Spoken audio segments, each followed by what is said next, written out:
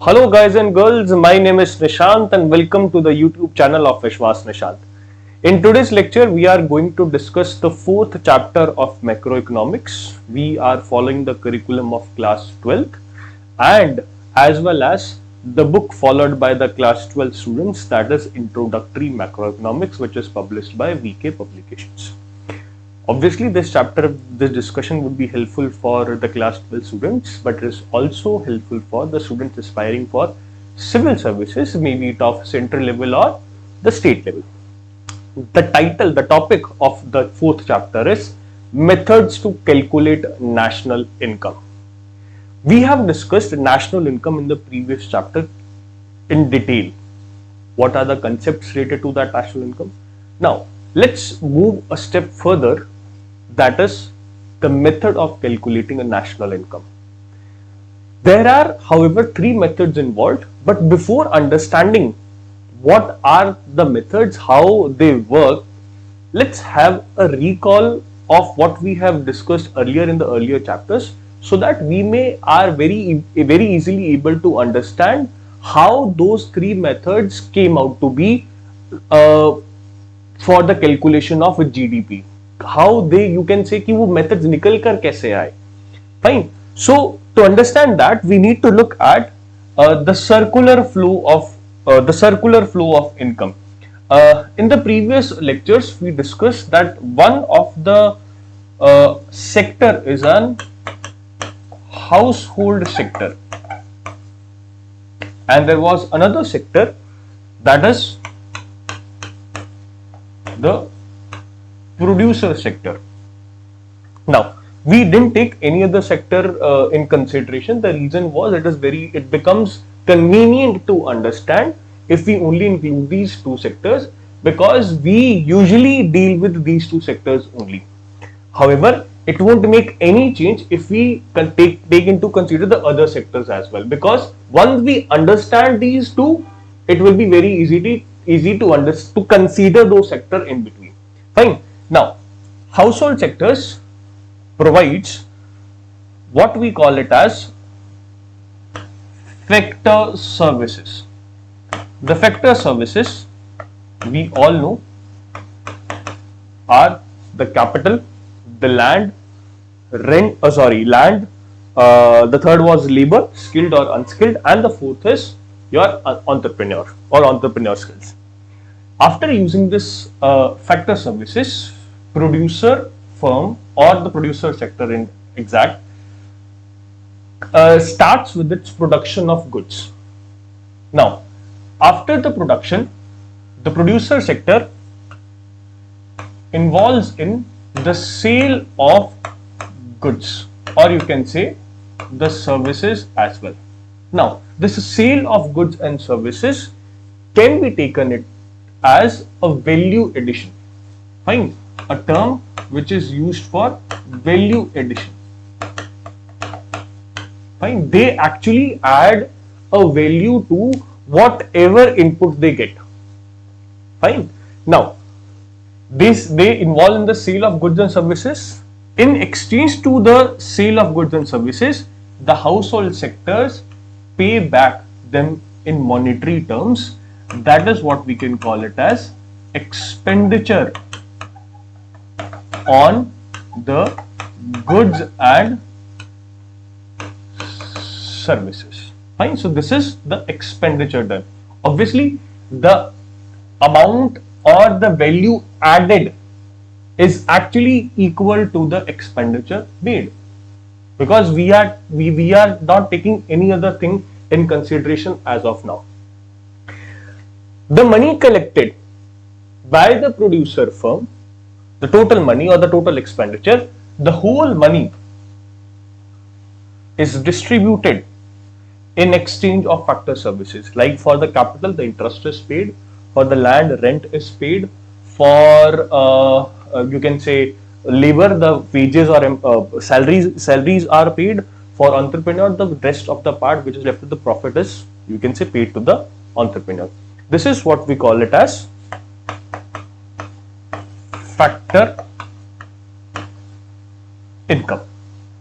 Sorted? Now, value addition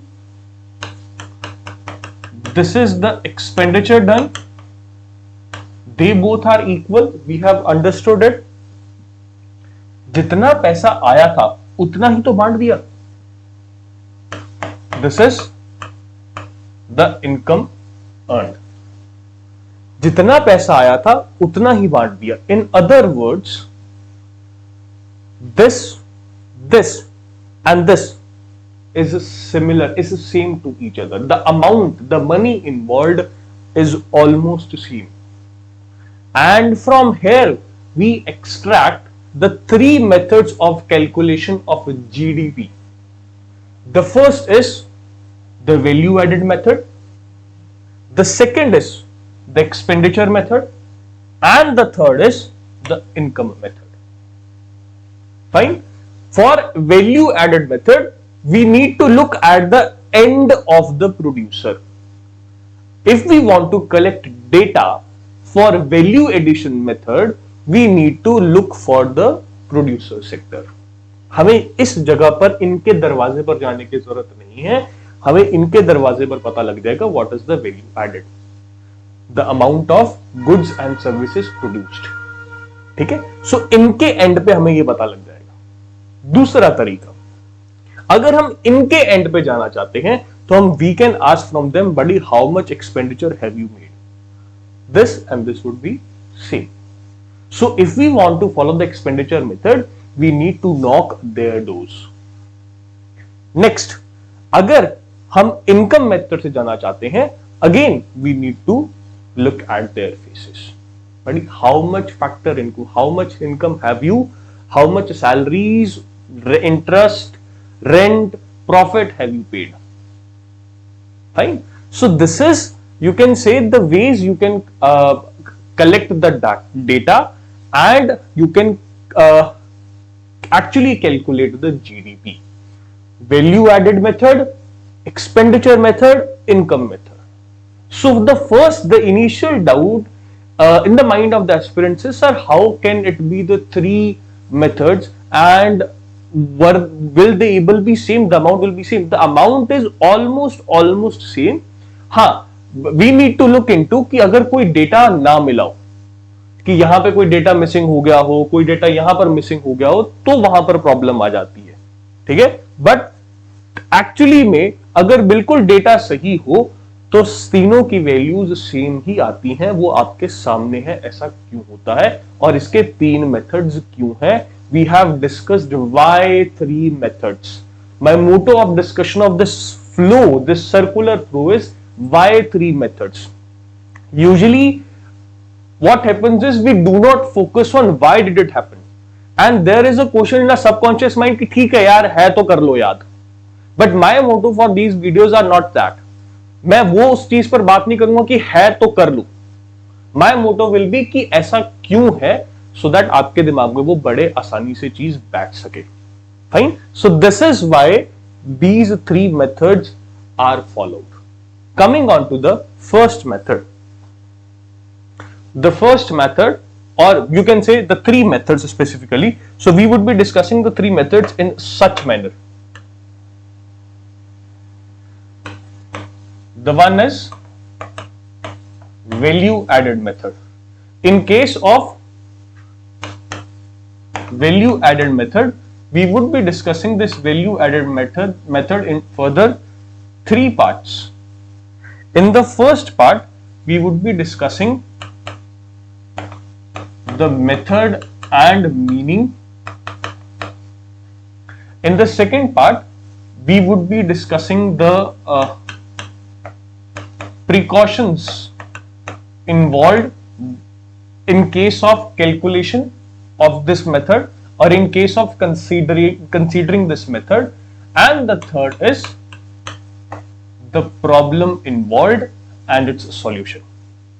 कि इस method का मतलब क्या है, मेथड क्या है, क्या क्या प्रिकॉशंस लेने हैं हमने, और कौन सी प्रॉब्लम्स फेस करनी पड़ सकती है, और उस प्रॉब्लम्स को सॉर्ट आउट करने का तरीका क्या है. Coming on to the second method, that is the income method. जब हम इनकम मेथड की बात करते हैं, so again we would be taking three things into consideration. The first is that what is a factor income. सबसे पहले factor income होता क्या है, क्योंकि इनकम मेथड में we would only be taking the factor income in consideration. The second thing we would be taking is the classification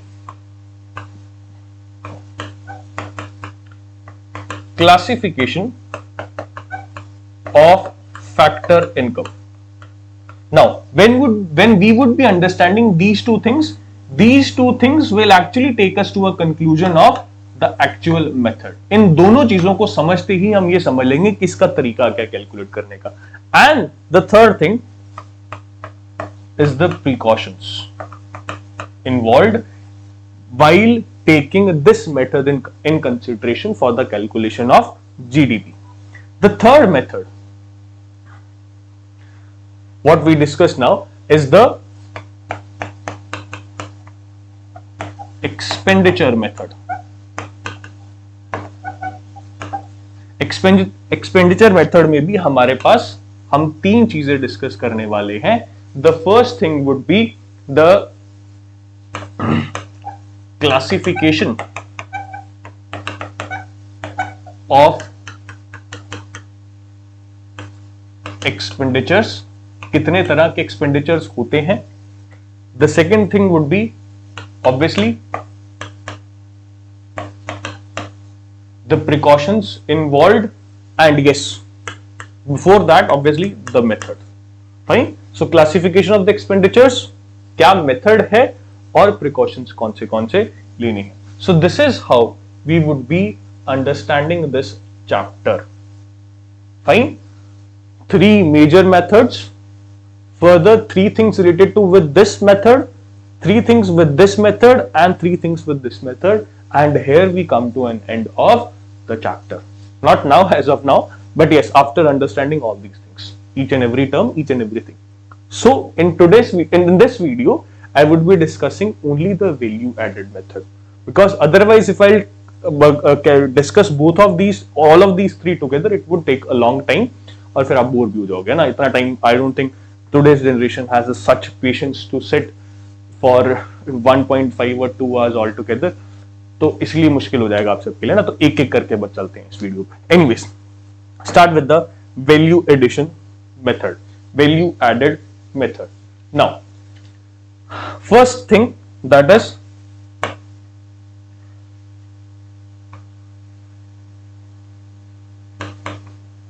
the method and meaning. First of all, the meaning. What is the meaning of value added? Now, value addition or value added, actually what the term here has been used, it actually means the value which has been added by each producing enterprise. जो भी producing enterprise है, the value added, I'm sorry for my mistake, the value added by each producing enterprise. Obviously, the value will be added by only the producing enterprise, none other than. अब हाँ, producing enterprise में कौन कौन आ जाता है, वो retailers भी आ जाते हैं, because they add a value to it. वो एग्जाम्पल में हम आगे डिस्कस करेंगे, और बाकी सारे लोग भी आ जाते हैं. ठीक है. Shopkeeper is also, you can से, is a part of producing enterprise. Anyways, this is also known as industrial origin method. The reason we call it as industrial origin method is because for value added method we have to knock their doors. So इसका जो जन्म है, इस value addition का जो जन्म है, वो प्रोड्यूसर सेक्टर से स्टार्ट होता है. इसीलिए हमने टर्म यूज की इंडस्ट्रियल ओरिजिन मेथड. ऐसा मेथड जिसका ओरिजिन कहां से होता है, इंडस्ट्री से होता है. Please stop cramming the terms. कितना इजी है इसको याद करना. अगर आपने कंसेप्ट समझा तो टर्म को याद करना कितना इजी है. See also it can be named as net output method. जितना नेट आउटपुट आया है उसका मेथड। इस टर्म को समझने के लिए हमें एक्चुअली में टर्म प्रॉपर मेथड को समझना पड़ेगा, फिर आप इस टर्म को बचा पाओगे कि ये क्या कहना चाह रहा है। And whatever the calculation be done, the method we will be following for the value addition method, it will result into GDP MP। आपको जब आप सारी की सारी वैल्यूज को ऐड करोगे तो उसमें आपको GDP MP मिलेगा, GDP at MP मिलेगा। अब आपको नेशनल इनकम में जाना है तो उसको आप कन्वर्ट कर सकते हो NNP at FC पे। How to convert it I have already discuss in the last lecture. कैसे कैलकुलेट, कैसे कन्वर्ट करना है किसी भी वैल्यू से दूसरी वैल्यू पे, वो कैसे करना है वो हमने कंसेप्ट्स में पिछले चैप्टर में डिस्कस कर लिया है। सॉर्टेड। सो इसको मैं दोबारा से डिस्कस नहीं करूंगा।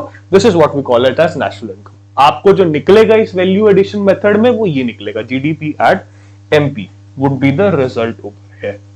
नाउ अब थोड़ा सा आगे चलते हैं।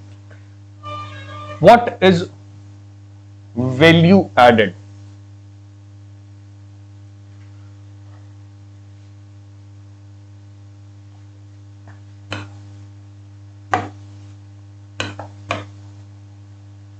Value added is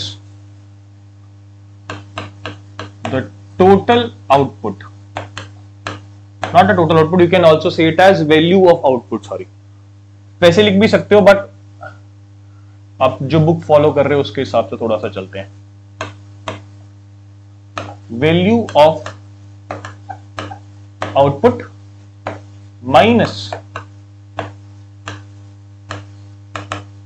intermediate consumption। So what is the formula of value added? Value added method आपने जानना है तो obviously value added कैसे है? Value of output जो total production हुआ है उसमें से जो आप intermediate consumption है जब आप उसको निकाल देते हो, so that comes out to be your value added। Now value of output और इंटरमीडिएट कंजम्पशन को समझते हैं। वैल्यू ऑफ आउटपुट कैसे पता लगानी है? दो तरीके से पता लगा सकते हो आप। If the stock has been sold, जितना stock, if the stock produced in an year, ऐसे लिख सकते हो, if the stock produced in an year has been sold, the entire stock has been sold, उस केस में जो आपका value of output होगा that would be equal to sales। अगर पूरा का पूरा स्टॉक सेल हो गया तो, अगर। Next, if the entire stock hasn't been sold, अगर पूरा का पूरा स्टॉक सेल आउट नहीं हुआ है तो क्या होगा? तो होगा value of output is equals to जितनी सेल हुई है प्लस जितना चेंज इन स्टॉक आया है। चेंज इन स्टॉक का मतलब आपके पास पहले भी कुछ स्टॉक होगा जब अकाउंटिंग ईयर स्टार्ट हुआ था, और जब अकाउंटिंग ईयर खत्म हो रहा है तब भी आपके पास कुछ स्टॉक होगा।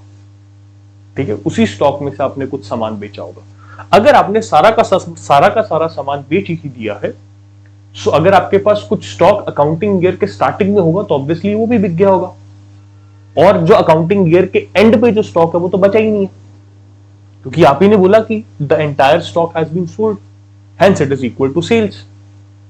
बट अगर कुछ स्टॉक बच जाता है तो फिर हम कंसीडर करेंगे कि अकाउंटिंग ईयर के स्टार्टिंग में कितना स्टॉक था और अब एंडिंग में कितना रह गया है।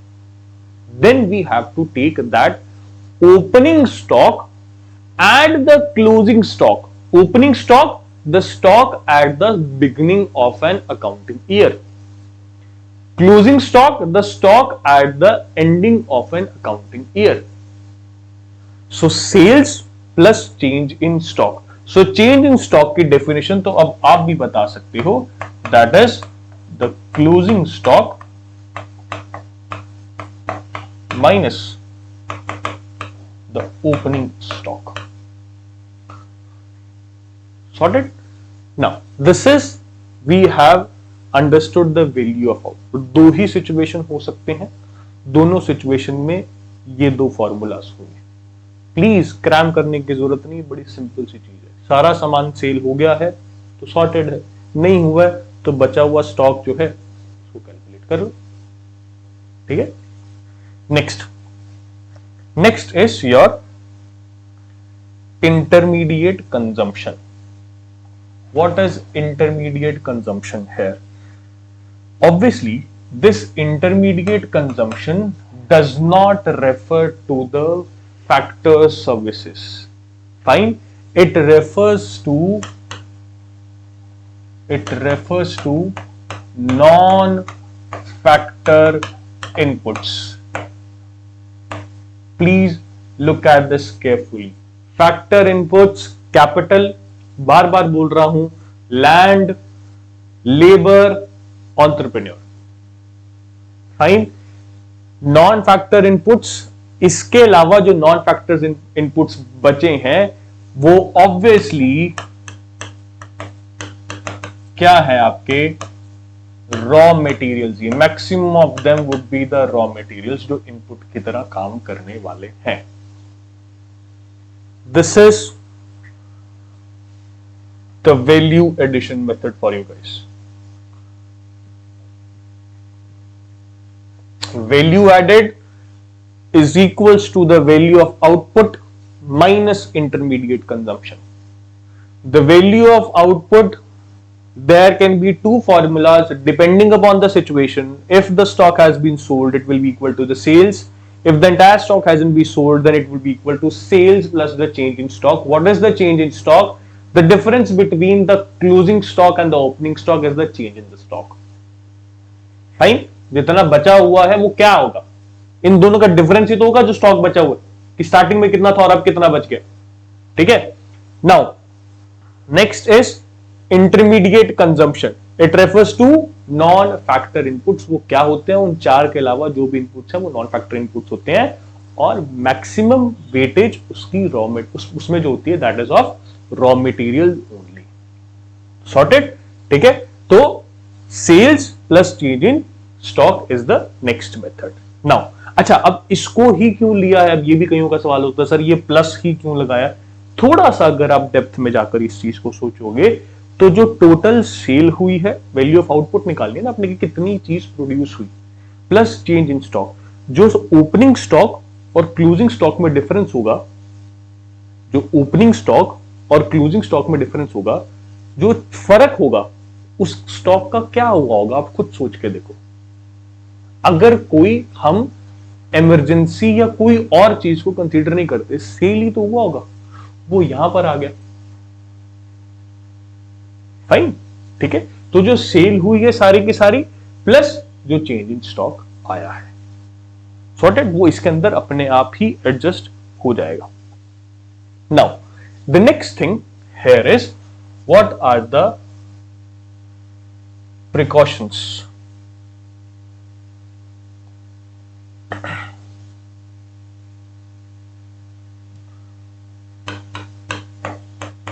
What are the precautions?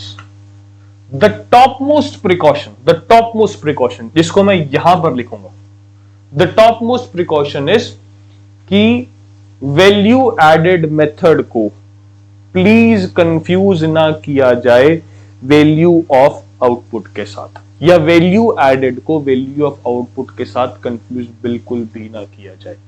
समझना, वैल्यू ऑफ आउटपुट इज जो एक्चुअली में आपने किस रेट पर सामान बेचा. सॉर्टेड. वैल्यू एडेड इज कि आपने पहले सामान जो इनपुट था वो कितने में खरीदा, फिर उसको कितने में बेचा, और आपने उसमें क्या वैल्यू ऐड की है. मैंने एक व्हीट और मेरी बिस्किट की फैक्ट्री है, मैंने व्हीट फ्लावर खरीदा और मैंने शुगर खरीदा, वो दोनों को खरीदा और मैंने बिस्किट बेच दिया। जब मैं बिस्किट की वैल्यू को कंसीडर कर रहा हूं, मैं वैल्यू ऑफ आउटपुट पे जा रहा हूं। जब मैं बिस्किट की वैल्यू में से व्हीट और शुगर का प्राइस निकाल दे रहा हूं, that is my value added, कि जो मैंने सर्विसेज उसको जो चेंज किया, उसका जो फॉर्म चेंज किया, वो कितना खर्चा आया और उसमें मेरा प्रॉफिट कितना है। Sorted. So the difference between the sale of the packet of biscuit minus the intermediate consumption, that wheat and sugar, is the value added. On the other hand, value of output is the price of the biscuit, the packet of the biscuit. Please इन दोनों को साथ में confuse ना किया जाए, ये अलग अलग चीजें। सबसे बड़ा प्रिकॉशन ये लेना है। उसके बाद जो प्रिकॉशन है वो कुछ ऐसे हैं कि क्या क्या चीजें हमें इंक्लूड करनी है, कंसीडर करनी है कैलकुलेशन के टाइम पर, और कौन कौन सी चीजें नॉट टू बी इंक्लूडेड, और कौन कौन सी चीजें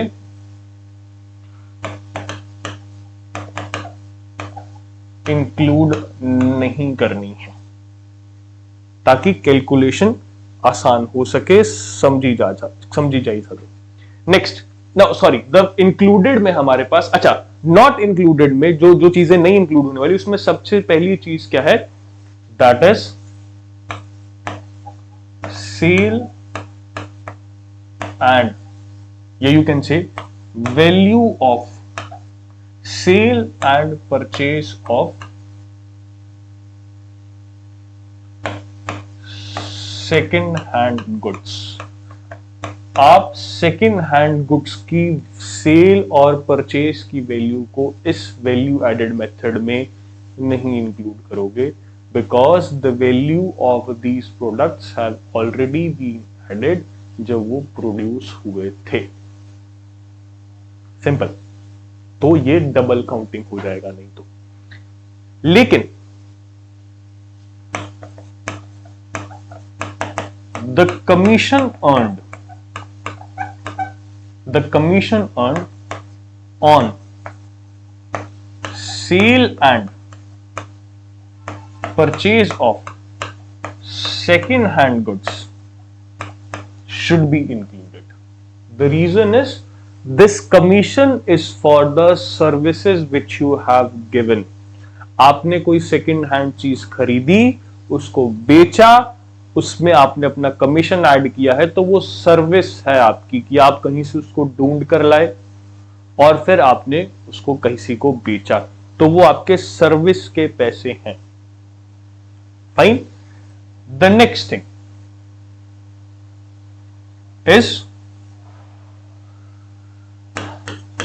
the production for self consumption. अगर आप कोई चीज प्रोड्यूस कर रहे हो, आप चाहे गाड़ी प्रोड्यूस कर रहे हो, आप चाहे व्हीट राइस प्रोड्यूस कर रहे हो, अगर आप उसको अपनी फैमिली के लिए यूज कर रहे हो, तो आप उस चीज की वैल्यू को ऐड करोगे, क्योंकि अगर आप उसको अपने लिए यूज ना करते तो आप उसको मार्केट में तो बेचते ही सकते। सो जिस मार्केट वैल्यू पे आप उसको बेचते, वो मार्केट वैल्यू इसके अंदर ऐड हो जाएगी। सॉर्टेड। लेकिन जो सर्विसेज होती हैं फॉर सेल्फ कंजम्पशन, आप उसको ऐड नहीं करते हो, बिकॉज सर्विसेज की क्या वैल्यू होगी वो मैटर नहीं कर, वो उसका कैलकुलेशन करना बहुत ज्यादा मुश्किल है। सबसे ज्यादा मुश्किल है एक हाउस वाइफ की सर्विसेज की वैल्यू को कैलकुलेट करना। आई नो आप हम उसको कैलकुलेट नहीं करते हैं, उसकी मॉनेटरी वैल्यू एज सच कुछ भी नहीं है, बट उसकी सोशल वैल्यू बहुत है। फाइन। बट अभी हम यहां पर इकोनॉमिक्स डिस्कस कर रहे हैं, तो मैं इसमें इमोशनल नहीं होऊंगा कि हाउसवाइफ की सर्विसेज क्या होती हैं और वो हमारे लाइफ में कैसे इंपैक्ट डालती हैं, और अगर वो ना हो तो वो क्या क्या हो सकता है, हमारे कैसे डेली रूटीन खराब हो सकता है। फाइन। सो उसकी इकोनॉमिक वैल्यू नहीं होती है, इसलिए उसको यहां पर कंसीडर नहीं किया जाता। प्लीज इमोशनल ना हो, ठीक है। इकोनॉमिक्स को डिस्कस कर रहे हैं, हम मॉनेटरी वाइज डिस्कस कर रहे हैं। Next, now the third thing which is included is the rent of a house. अगर ये हाउस में खुद ओनर बैठा है तो भी, अगर कोई टेनेंट है तो भी, क्योंकि इकोनॉमिक्स में हर हाउस की कोई ना कोई रेंटल वैल्यू मानी जाती है। सो उसके इसलिए आपको उसको कंसीडर करना पड़ेगा। Fine. The next thing here is the value of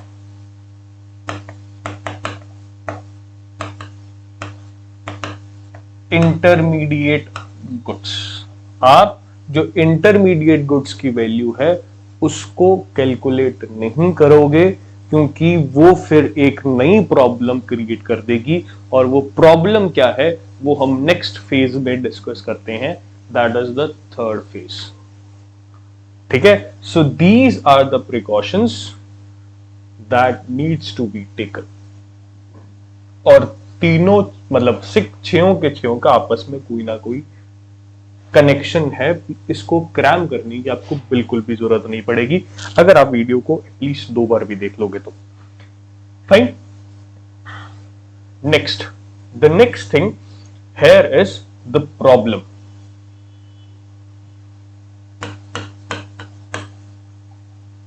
their is only one problem. अच्छा, इस प्रॉब्लम पहले ये प्रॉब्लम है क्या,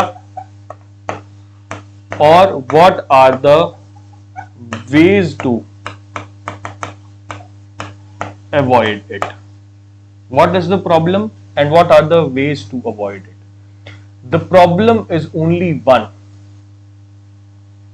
the problem is only one and that is the problem of double counting. What is double counting? Double counting, the problem is कि हमने किसी एक स्पेसिफिक गुड की वैल्यू को 2 बार काउंट कर लिया है। We have counted a certain good twice. वो कैसे हो सकता है? वो तब हो सकता है when you confuse that whether that good is a final good और एन इंटरमीडिएट गुड। जब आप खुद फेल हो जाते हो, जब प्रॉब्लम कंफ्यूजन की आ जाती है whether this good is an intermediate good और अ फाइनल गुड। सर इसमें सिंपल तो हमने समझा था, हाँ समझा था, बट एक चीज और हमने समझी थी कि whether that good be a final good और an intermediate good, it totally depends upon its end use. उसको यूज कैसे किया जा रहा है। ठीक है। होता क्या है, हर इंडिविजुअल एंटरप्रेन्योर या प्रोड्यूसर अपने हिसाब से तो उसको फाइनल गुड की तरफ बेचता है, बट वो गुड आगे कौन यूज करता है ये वो प्रोड्यूसर कैसे चेक करेगा। जैसे एक फार्मर ने, लेट्स टेक एन एग्जांपल, जैसे एक फार्मर ने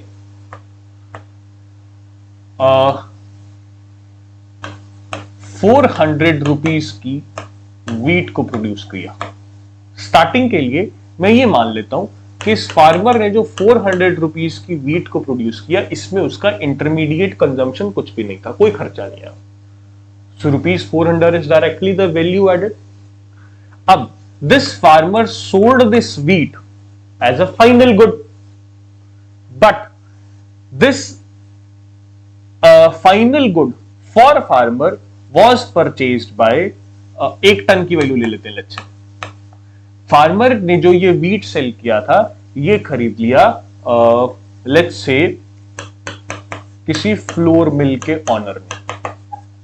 what would flour mill do, flour mill owner do, इस फ्लोर मिल, वो फ्लोर मिल ऑनर इस वीट को कन्वर्ट करता है ऑब्वियसली वीट फ्लोर में।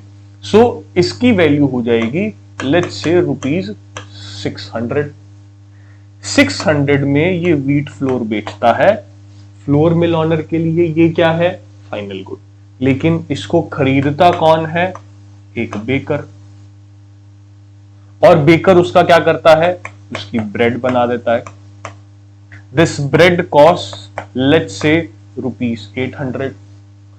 इस बेकर के लिए ये जो बनाई हुई ब्रेड है जो आगे बेचने वाला है, it is a final good, but this will be purchased bye a retailer, a shopkeeper. इस शॉपकीपर के लिए ये ब्रेड एक्चुअली में क्या है? Intermediate cost, intermediate consumption, because वो आगे कितने में बेचने वाला है? 900 रुपीज में बेचने वाला है। अब अगर आप इन सभी को कैलकुलेट करोगे तो डबल काउंटिंग हो जाएगी। ठीक है, आपने सिर्फ वैल्यू ऑफ आउटपुट को कैलकुलेट कर रहे हो अलग अलग लेवल पे, बट बात तो यही है कि वही बीट चली आ रही है आगे। वैल्यू एडेड में आप क्या करोगे? वैल्यू एडेड में आप देखोगे कि सबसे पहले फार्मर ने जो वैल्यू एडेड की दैट वाज ऑफ ₹400। अगर आप इन सबको कैलकुलेट करोगे so it would cost 2700 rupees की जीडीपी होगी, लेकिन गलत है, डबल काउंटिंग होगी। देखना कैसे? 400 रुपीज की वैल्यू ऐड की किसने? फार्मर ने। हमने ये मान के चला कि उसकी कोई इंटरमीडिएट कंजम्पशन नहीं थी, इसलिए 400 rupees. The value added by flour mill is 600 minus 400, that is 200. The value added by baker is 800 minus 600, that is ₹200. The value added by retailer or the shopkeeper is 900 minus 800, that is ₹100. So it amounts to 4 plus 2 6 plus 8 plus 1 9, 900 की GDP है, 2700 की नहीं है। ये problem होती है, यहां पर गलती हो जाती है। Now what are the ways to avoid it? There are two ways to avoid it. Either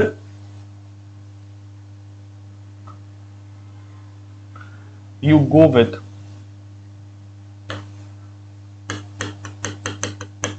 final output method. What is this final output method? ये बोलता है कि सिर्फ फाइनल गुड्स और सर्विसेज को कंसीडर किया जाए एस्टिमेशन में, सिर्फ फाइनल गुड्स एंड सर्विसेज को ना, और इसमें से इंटरमीडिएट कॉस्ट को माइनस कर दिया जाए। आप क्या कर रहे थे इस एग्जांपल में? आपने 400 प्लस 600 प्लस 800 प्लस 900 प्लस किया, इसमें इंटरमीडिएट कॉस्ट को माइनस ही नहीं किया। द प्रॉब्लम इज आपने इसमें इंटरमीडिएट कॉस्ट को माइनस ही नहीं किया, इसीलिए वो डबल काउंटिंग हो रही थी।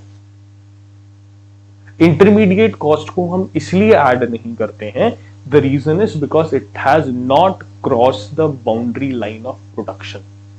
और जब वो boundary line of production cross ही नहीं की है तो आप उसको फाइनल आउटपुट मेथड में तो कैसे ही इंक्लूड कर सकते हो, जब मेथड खुद बोल रहा है कि फाइनल आउटपुट है। Sorted. The next is obviously the method which we are discussing, that is value added method. value added method sorted। तो इसी को ही हम फॉलो कर रहे हैं, जिसमें हम सारे की सारी वैल्यू जो ऐड की है हर प्रोड्यूसिंग यूनिट ने, 4 यूनिट्स थी, चारों ने जो वैल्यू ऐड की है उसका सम टोटल कर लिया। That is a value added method. Fine. So this is the value added method for you guys.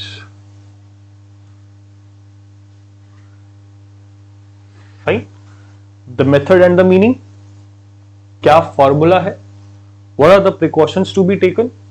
And what are the problems related and the solution related to it? This is the value added method. Now let's take an example which is given in the book itself so that you may connect to the actual practice with the theory. Fine. So the information given by the book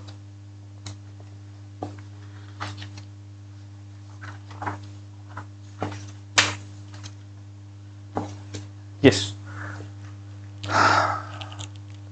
the example 1 which is given in the book itself, that on the basis of the following data about an economy which consists of only two firms, find out the two things.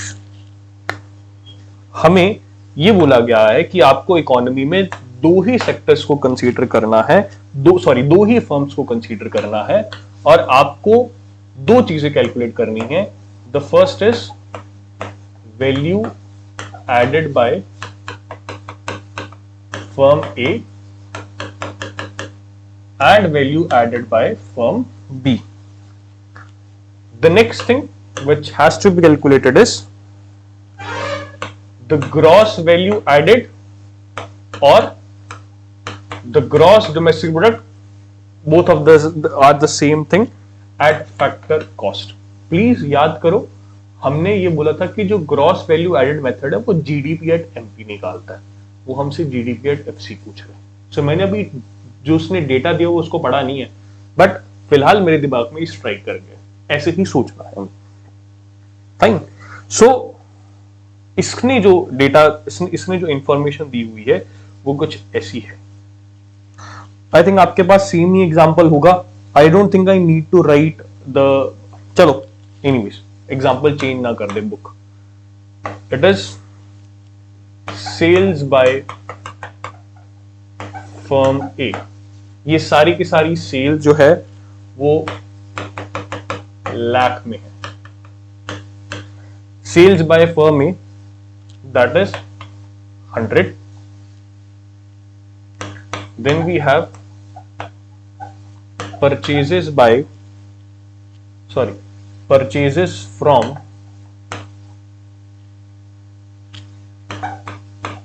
firm B by firm A. firm A ने जो purchases की है firm B से वो 40 lakhs की हैं. Then we have purchases from firm A by firm B. जो B firm ने जो A firm से परचेज किया है that is of 60 lakh. Then is the sales by firm B that is 200. Then we have closing stock of firm A 20. Closing stock of firm B 35 lakh. Then we have opening stock of firm A that is 25 lakh. Opening stock of firm B 45 lakh. And indirect taxes paid by both firms is 30 lakh. This is the question.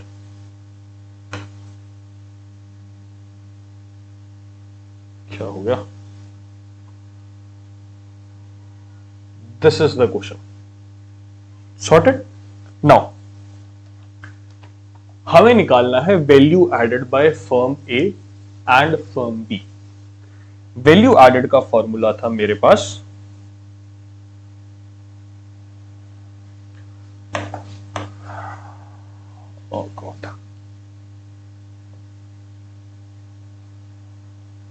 कौन सा colour ले बताओ, ये भी एक नई tension है. So value added is equals to value of output minus intermediate consumption. Short में लिख रहा हूं. Value added is equal to value of output minus intermediate consumption. हमें चाहिए वैल्यू ऑफ आउटपुट. पहले फर्म ए की वैल्यू ऑफ आउटपुट पे मेरे को ये पता लग रहा है कि इसमें क्लोजिंग और ओपनिंग स्टॉक दिया हुआ है और इसमें सेल भी दी हुई है. सॉर्टेड. और इसमें purchase from firm B by firm, purchase हाँ, फर्म ए ने जो फर्म बी से परचेज किया है वो भी दिया हुआ। Sorted. So what will be the value of output? The sale plus आपका चेंज इन स्टॉक जो होगा ये एंड ये, यही हमने डिस्कस किया था।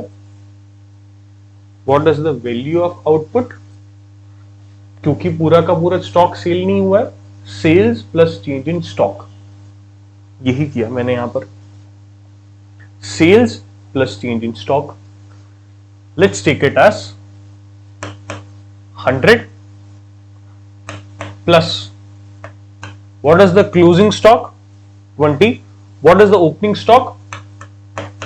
25 minus the intermediate consumption जो फर्म ए ने फर्म बी से परचेज किया है, ये इंटरमीडिएट कंजम्पशन ही तो है, और क्या, minus 40. So it will be 100 minus 5 minus 40. It would be 100 minus 45, that is 55 lakh. My objective to discuss this question is कि आप इस फॉर्मूला से ये कैसे सॉल्व कर पाते हो, किस चीज को कैसे समझते हो, उस फॉर्मूला को कैसे लेना है।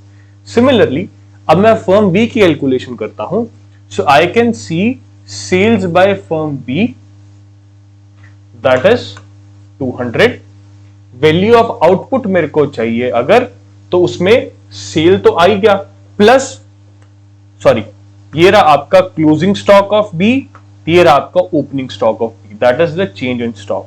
सो closing stock 35 minus 45 plus change in stock है ना, तो चेंज इन स्टॉक क्या है, closing stock minus it is opening stock, and minus is the intermediate consumption, purchases from firm A by the firm B, that is minus 60.